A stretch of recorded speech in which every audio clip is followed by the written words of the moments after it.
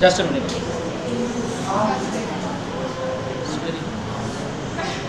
Okay. So all of you listen. Today we are going to start this one. The poem is a tiger in the zoo. From the very introduction, you can understand that this poem is a. Okay. You identify the one and then bring it to me. Bring it.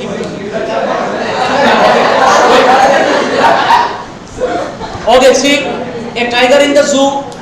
Here you can understand it is talking about the tiger which is there in the zoo. Okay. So you must be knowing how painful it is for a tiger. How painful it is for a tiger to be in the zoo. Okay. So it is very difficult for a tiger to be in the zoo because it restricts the movement of the tiger and it makes him captive or imprisoned. So no caged animals, okay, are always. Don't come now. Why are you late? Wait for 5 minutes. Okay, listen. Caged animals are always, okay, a disadvantage. We should not keep any animal or a bird caged, okay?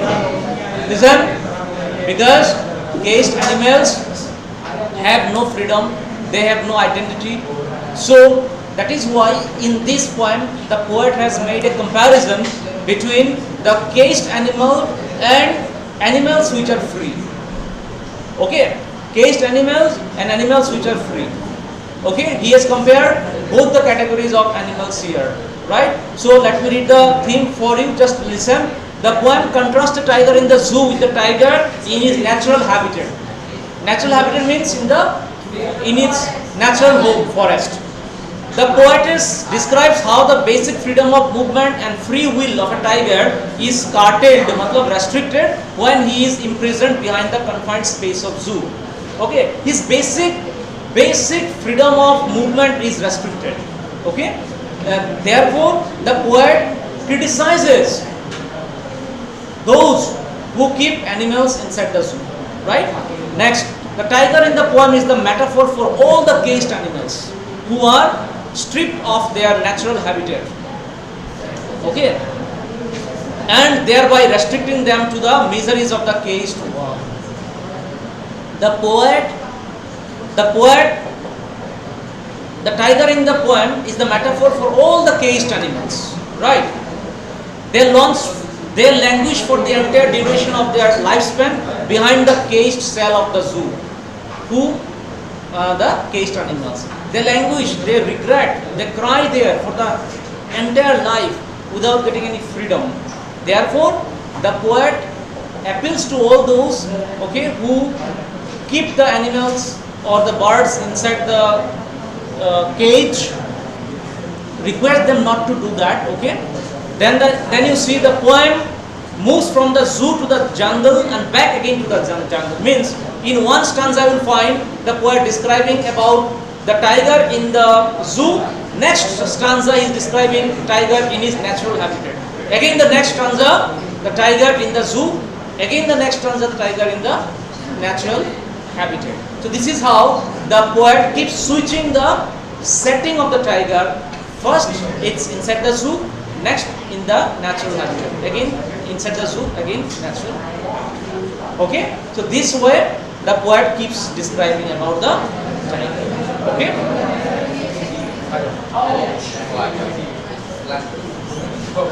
Okay, so those of you who have the book, you can write down the vocabulary. Okay, what I am telling you. Okay, here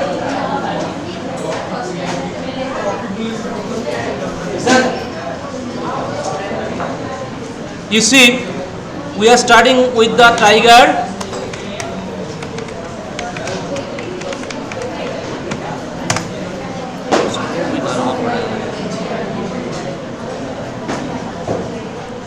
tiger king नहीं, tiger poem.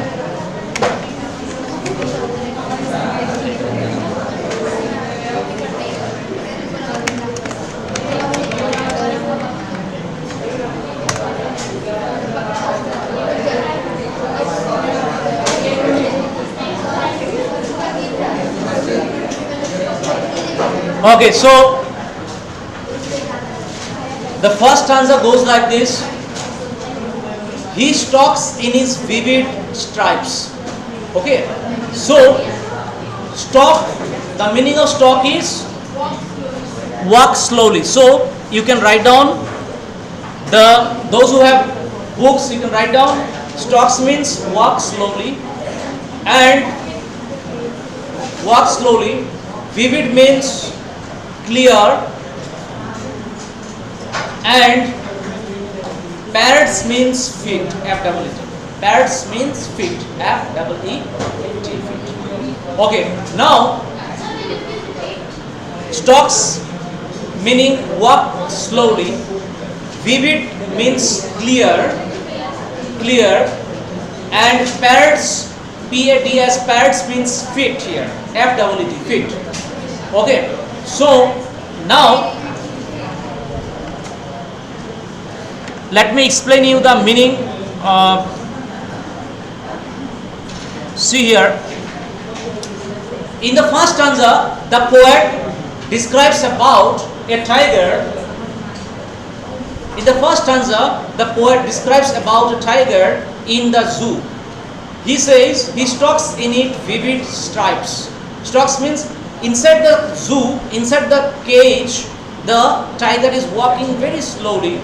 Okay, in his vivid stripes, means this is the description of his physical description. Okay, the tiger's physical description, because he has got stripes on his body, clear, crystal clear stripes. That is why the poet says that the tiger walks slowly in his vivid stripes. Where? Inside the cage. The few steps of his cage. Only few steps the tiger is able to give. Few steps he is able to walk, because the cage is restricted of space. There is not plenty of space in the cage. Right? That is why the tiger is taking only few steps inside the zoo. On pads of velvet quiet. On pads of velvet quiet means here his feet is so soft. It is compared to the velvet cloth, as soft as the velvet cloth. So his feet is pad here. Okay. So with his soft pad, he is walking very slowly. Only few steps inside the cage. Why only few steps? Because inside the zoo, the movement of the tiger is restricted. Inside the zoo, the movement of the tiger is very, very restricted. That is why the tiger is taking only few steps inside the zoo. Next, stanza number 2. He should be lurking. He should be lurking in shadow. Lurking, the meaning of lurk is hide. The poet says that in the second stanza, as I told you before, here the poet will keep switching between tiger in the zoo and the tiger in his natural habitat. So in the second stanza, the poet is describing the tiger in his natural habitat. The tiger is saying, the poet is saying the tiger should be lurking in a shadow. How does the tiger hunt in the forest? The tiger will hide itself. Okay, inside the long grass, in the shadow. Okay, hide itself, and then when the deer or any other animal passes through, it will pound upon it. Right? That is why the poet says that he should be lurking in a shadow, sliding through long grass. He is sliding slowly, very slowly. He is walking, sliding through the long grass. He is hiding behind the long grass, near the water pole where plump deer pass. Plump deer means a deer which is very healthy. A deer which is very healthy. So the tiger hides itself near behind the long grass, near the water pole where the plump deer passes. Why? Why do you think the tiger hides near the water pole? Why? Because water hole. Because if he hides behind the long grass near the water hole, water body, then what will happen? he will be able to catch other animals who come to drink water in the water body. Okay, that is why the tiger hides itself behind long grass near the water hole. Okay, now again in the third stanza you see the tiger is in his natural habitat. Second and third stanza together, the tiger is in his natural habitat.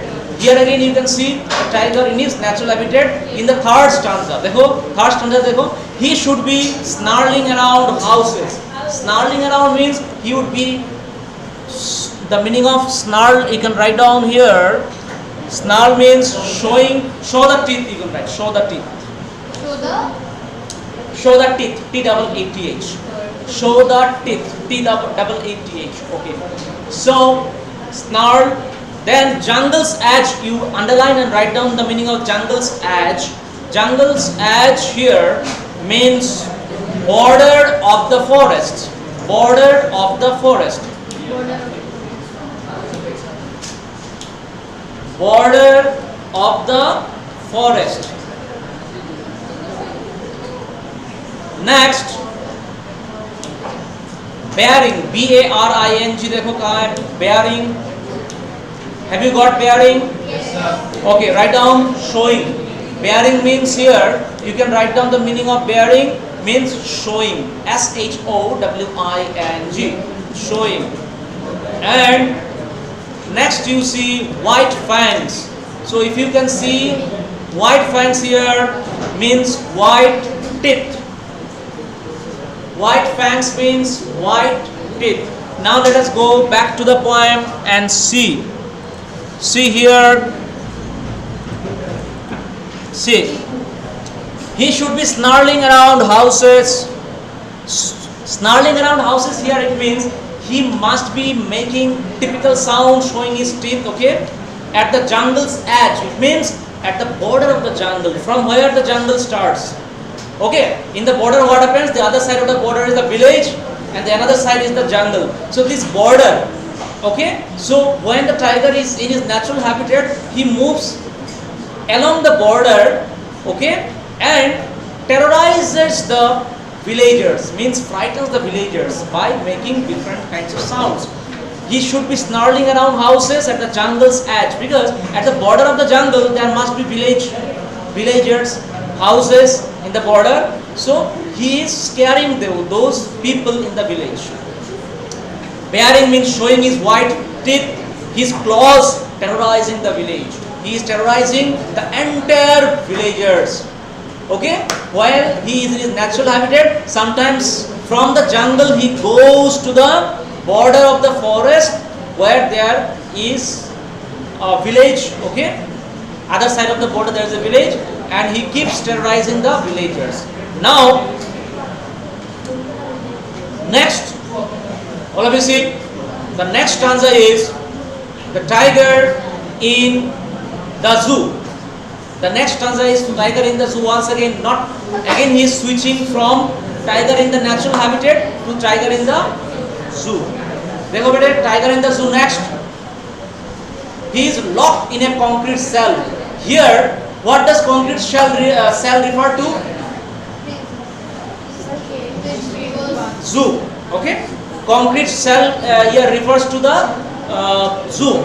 So the tiger is locked in a concrete cell. He is trapped behind bars. His strength behind bars means whatever strength he has, all his strength is behind the bars only. In the zoo itself. Shubham, I'll ask a question. His strength behind bars, stalking the length of his cage. Stalking means walking. The entire length of the zoo, ignoring visitors. Why do you think the tiger ignores visitors in the zoo?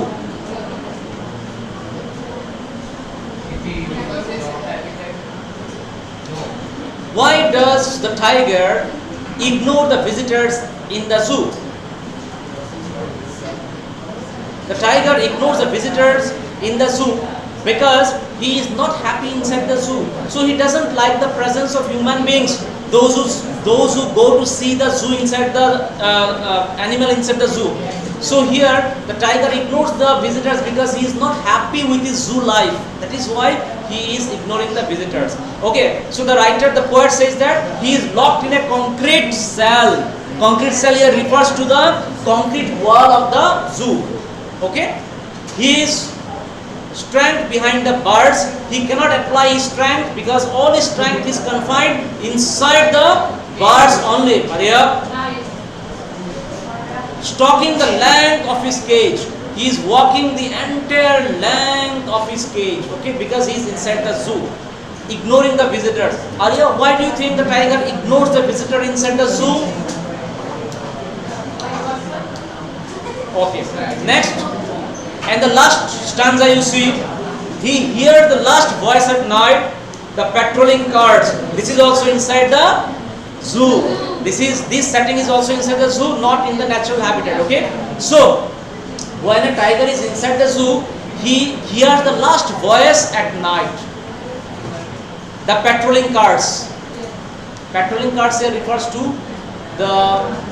You might have seen the vehicles of the policeman. Okay, those who do patrolling. So when the tiger is inside the zoo, the tiger can hear the sound of the passing vehicles of the patrolling, sound of the passing patrolling car, right? And stares with his brilliant eyes. He is helpless inside the zoo, so he is very much helpless. He can't do anything. He just stares at the stars in the sky from his zoo.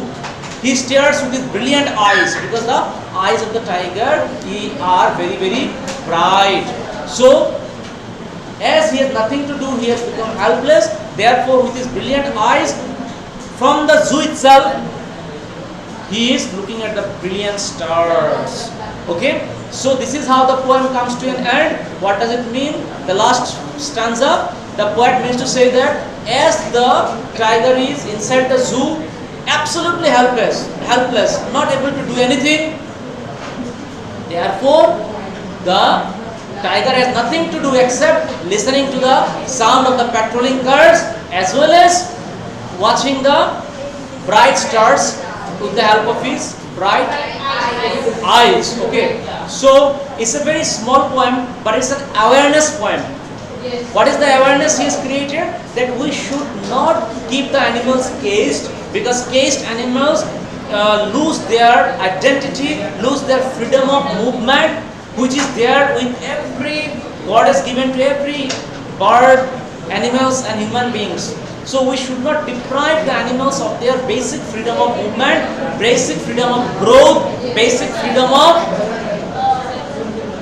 living in their natural habitat. Because natural habitat is the best for their growth, and if we take them away from natural habitat, then their growth does not take place. Okay, so you can go through the summary part from the website and also the word meanings from the website. Okay, dear students, so